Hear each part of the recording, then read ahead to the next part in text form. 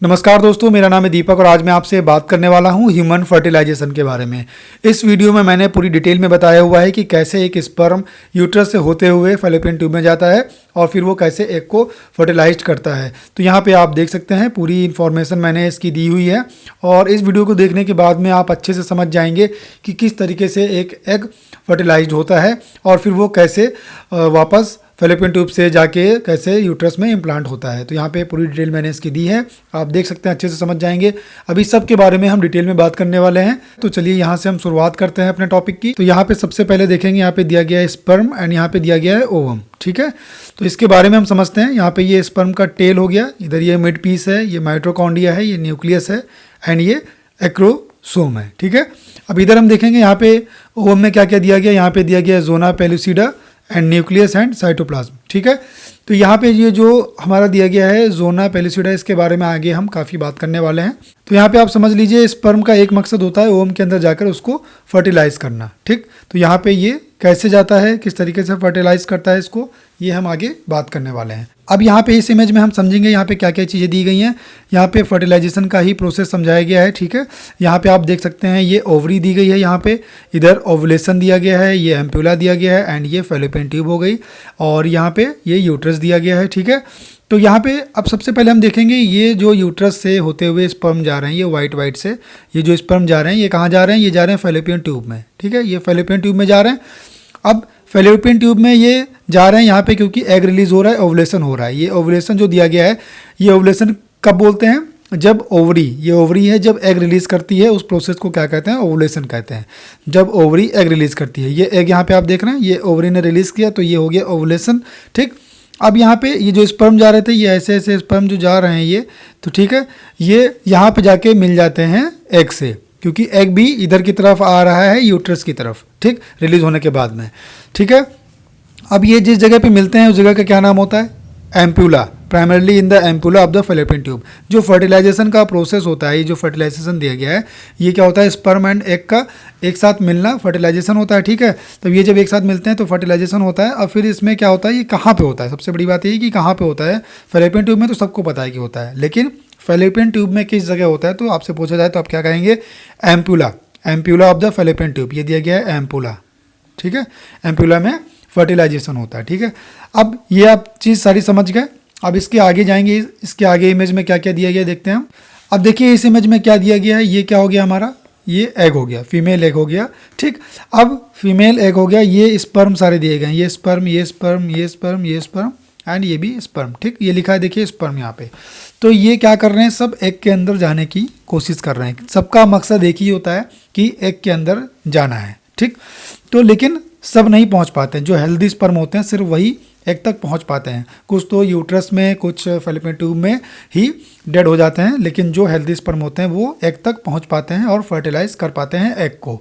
ठीक है, तो यहाँ पे सबसे लास्ट में जो ये दिया गया है देखिए स्पर्म, ये वाला, तो ये क्या कर रहा है, ये अंदर तक चला गया है। देखिए यहाँ से दिखाया गया ना आपको, ये अंदर तक जाके इसने, ये देखिए ये इसका जो न्यूक्लियस है, स्पर्म न्यूक्लियस है, वो एग के अंदर चला गया है। ठीक है, जो एक प्लाज्मा मेम्ब्रेन होती है, यहाँ पे दी गई एक प्लाज्मा मेम्ब्रेन, उसको इसने छेद करके आगे निकल गया, अंदर पहुंच गया है। ठीक है, लेकिन ये इसको डिग कर दिया, एक तरीके से मान लीजिए उसमें गड्ढा उसने कर दिया है। ठीक है, एग प्लाज्मा मेम्ब्रेन जो होती है उसमें गड्ढा करके अंदर चला गया है। ठीक, लेकिन ये किसकी मदद से गड्ढा कर पाता है, इसको ऐसा क्या इसके अंदर लगा होता है जिससे कि ये होल करके अंदर पहुंच जाता है। तो यहाँ पे देखिए ये एक्रोसोम दिया गया है, ये मैं आपको दिखा रहा हूँ, ये एक्रोसोम दिया गया है। ठीक है, ये एक्रोसोम हो गया। तो ये एक्रोसोम क्या रिलीज करता है, हाइड्रोलिटिक एंजाइम रिलीज करता है। ये एंजाइम की मदद से क्या होता है कि यहाँ पे ये इसमें होल कर पाता है। जैसे कि यहाँ पे ये आगे जाके मान लीजिए इसमें होल कर देगा, यहाँ पे ये एक प्लाज्मा मेम्ब्रेन में। तो ये किसकी वजह से होगा होल, ये होगा हाइड्रोलिटिक एंजाइम की मदद से। ठीक है, आप इतना याद कर लीजिए, जो स्पर्म होता है वो एक्रोसोम उसमें आगे होता है, वो क्या रिलीज करता है, हाइड्रोलिटिक एंजाइम, जिससे कि ये एक प्लाज्मा मेम्ब्रेन को होल्ड कर पाता है उसके अंदर और अंदर जा पाता है स्पर्म न्यूक्लियस। ठीक है, अब देखिए यहाँ पे जो ये मैं रेड मार्किंग कर रहा हूँ, ये है स्पर्म न्यूक्लियस। ये एक प्लाज्मा मेम्ब्रेन के अंदर चला गया, लेकिन बाकी का हिस्सा जो इसका होता है स्पर्म का, ये जो मार्किंग मैं कर रहा हूँ, ये सारा क्या रहता है, बाहर ही रह जाता है। ठीक है, अंदर नहीं जाता है। अंदर क्या जाता है, सिर्फ स्पर्म न्यूक्लियस जाता है। ठीक, अब देखिए यहाँ पे बात करते हैं हम जोना पेलिसीडा की। मैंने कहा था कि जोना पेलिसीडा के बारे में आगे काफ़ी बात होने वाली है। तो यहाँ पे देखिए ये एक तरीके की यहाँ पे कवरिंग होती है, ये दी गई, ये एक तरीके की कवरिंग होती है, ये यहाँ पे दिखाया गया इसमें। ठीक, ये क्या काम करती है? ये काम ये करती है कि जब एक स्पर्म, ठीक है, एक प्लाज्मा मेम्ब्रेन के अंदर एंटर कर जाता है, उसके बाद में ये अपने आप को पूरा ब्लॉक कर देती है। एक के चारों तरफ की जो कवरिंग होती है पूरा लॉक हो जाती है, जिससे कि बाकी जो स्पर्म होते हैं वो अंदर एंटर ना कर पाएँ। ठीक है, सिंपल सी चीज़ आप समझ गए। बाकी स्पर्म को ये एंटर नहीं करने देती है एक एंटर होने के बाद में। तो ठीक है, आप यहाँ पे अच्छे से समझ गए कि जोना पेलिसीडा का क्या काम होता है। ठीक है, अब हम आगे जाएंगे। अब इस इमेज में मैं आपको इम्प्लांटेशन के बारे में समझाऊंगा। यहाँ पे हम सब पढ़ चुके हैं कि यहाँ से यूट्रस से होते हुए, फैलोपियन ट्यूब से होते हुए स्पर्म आया, ठीक है, उसने एग को फर्टिलाइज किया। ठीक, लेकिन अब ये कैसे वापस एक जो है अपना इसमें यूट्रस में आके कैसे इम्प्लांट होगा, इसके बारे में हम यहाँ पे बात करेंगे। तो यहाँ पे ये ओवरी हो गई। ठीक, ये ओवरी हो गई, ओवरी ने एक एग रिलीज किया, ठीक है, जो कि अनफर्टिलाइज्ड ओसाइट थी। उसको ओसाइट भी हम बोलते हैं, जो एग होता है उसको ओसाइट भी बोलते हैं। तो यहाँ पे ये जो अनफर्टिलाइज्ड ओसाइट थी ये वाली आ गई। ठीक है, फिर उसने क्या यहाँ पे हुआ, देखिए यहाँ पे फर्टिलाइज हो गया, ये वाले पार्ट में फर्टिलाइज हो गया, क्योंकि स्पर्म यहाँ पे आके इसके अंदर एंटर कर गया और यहाँ पे ये फर्टिलाइज हो गया। ठीक है, ये एम्पुला प्लेस होता है यहाँ पे। ठीक, फर्टिलाइज्ड ओसाइट, जिसको हम जाइगोट के नाम से जानते हैं, यहाँ पे दिया गया। जब एग फर्टिलाइज हो गया तो वो क्या बन गया, जाइगोट। ठीक, फिर इसके बाद में इसके सेल डिवीजन हो रहे हैं, यहाँ पे 2 सेल स्टेज आया। ठीक है, ये देखिए 2 सेल में आ गया, फिर ये 4 सेल स्टेज आया। ठीक है, ये डिवाइड होता रहता है, फिर ये 8 सेल स्टेज आया। ठीक, ये टाइम पे अपना डिवाइड होता रहता है। फिर उसके बाद में 16 सेल स्टेज आया, जिसको हम बोलते हैं मरूला। 16 सेल स्टेज को मरूला के नाम से भी हम जानते हैं। ठीक है, अब यहाँ पे देखिए ये डिवाइड तो हो रहा है, सेल इसके डिवाइड हो रहे हैं, लेकिन इसका जो साइज है वो सेम ही रह रहा है, सब में साइज नहीं बड़ा हो रहा है। देख रहे हैं, बराबर इक्वल साइज के डिवाइड हो रहे हैं। ठीक है, वो 2 से 4 हुए, 4 से 8 हुए, 8 से 16 हुए, लेकिन वो साइज में नहीं बड़े हो रहे हैं, सिर्फ संख्या उसकी बढ़ रही है। ठीक है, तो यहाँ पे आप समझ गए। अब ये देखिए यहाँ पे उसके बाद में क्या होता है, यहाँ पे मरूला बन गया, 16 सेल हो गया। 16 सेल के बाद में यहाँ पे जैसे ही आएंगे तो यहाँ पे क्या होता है, ब्लास्टोसिस्ट होती है। ये देखिए दिया गया है ब्लास्टोसिस्ट।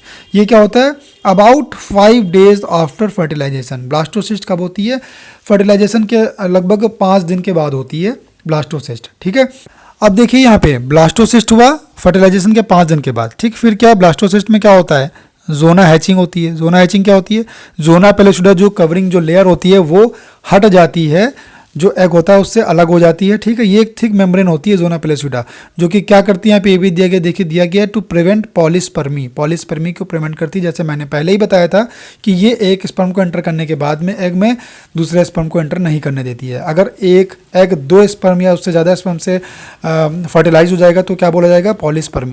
तो ये लेयर जो होती है जोना पेलिसीडा, ये क्या करती है, पॉलीस्पर्मी से प्रिवेंट करती है। ठीक है, अब ये ब्लास्टोसिस्ट डे 5 पे स्टार्ट होता है और डे 7 तक चलता है। ठीक है, 2 दिन का समय इसमें लग जाता है ब्लास्टोसिस्ट में। अब ब्लास्टोसिस्ट होने के बाद में क्या होता है कि ये अंडरग्रोथ इम्प्लांटेशन में चला जाता है। ठीक, endometrium of the uterine wall, ये जो यूट्राइन वॉल दी गई है इसमें क्या होता है, ये यूट्राइन वॉल हो गई और इसके एंडोमेट्रियम में ये इम्प्लांट होने के लिए चला जाता है। यहाँ पे ये इम्प्लांट हो जाता है, जैसे कि यहाँ पे ये बड़े इमेज में देखिए आपको दिखाया गया है, ये बड़े इमेज में दिखा के समझाया गया है।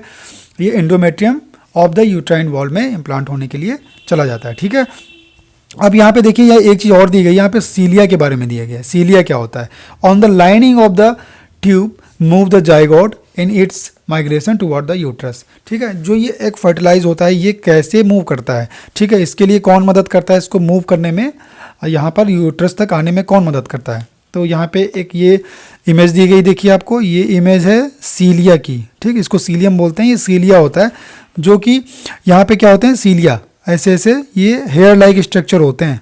ठीक है, इसमें ये देखिए ये सब यहाँ पे हेयर लाइक स्ट्रक्चर होते हैं। तो ये हेयर लाइक स्ट्रक्चर क्या करते हैं, ये जाइगोट को मूव करने में मदद करते हैं। ठीक है, यूट्रस तक आने में जाने में मदद करते हैं। अब देखिए इस इमेज में भी यही चीज़ समझाई गई जो मैंने पहले आपको बताया। यहाँ पे ओवरी है, ओवुलेशन हुआ, ओसाइट बना, उसके बाद में फिर क्या हुआ, फर्टिलाइज एग हो गया जिसको हम जाइगोट बोलते हैं। फिर यहाँ पे डे 1 2 3 4 5 6 7 एंड 8 9 पे लास्ट में आके क्या हो गया, इम्प्लांटेशन ऑफ द ब्लास्टोसिस्ट हो गया। ठीक है, तो ये ब्लास्टोसिस्ट हमारी यहाँ पे हुई थी, ये अर्ली ब्लास्टोसिस्ट जैसे कि मैंने बताया था कि 5वें दिन स्टार्ट हो जाती है, फर्टिलाइजेशन के, ये डे 5 दिया गया है। यहाँ पे अर्ली ब्लास्टोसिस स्टार्ट हो गया, फिर ये डे 6 से 7 तक चलती है लेट स्टेज ब्लास्टोसिस, जिसको हैचिंग बोलते हैं, ठीक है, ये यहाँ पे हो गया। उसके बाद में ये जो ब्लास्टोसिस्ट हमारा है ये क्या हो गया, इम्प्लांट हो गया आके हमारे ये यूट्राइन वॉल पे एंडोमेट्रियम में, ठीक है। तो यहाँ पे ये इम्प्लांट हो जाता है, ठीक। इसके बारे में मैंने आपको पहले ही इमेज में समझा दिया था। तो दोस्तों उम्मीद है कि ये वीडियो आपको अच्छी लगी होगी, समझ में आई होगी। और अगर आपको ये वीडियो अच्छी लगी है तो लाइक करिए, शेयर करिए और सब्सक्राइब कर लीजिए मेरे यूट्यूब चैनल को, क्योंकि ऐसे इन्फॉर्मेटिव वीडियोज़ लेकर मैं आता रहता हूँ। मिलते हैं अगली वीडियो में।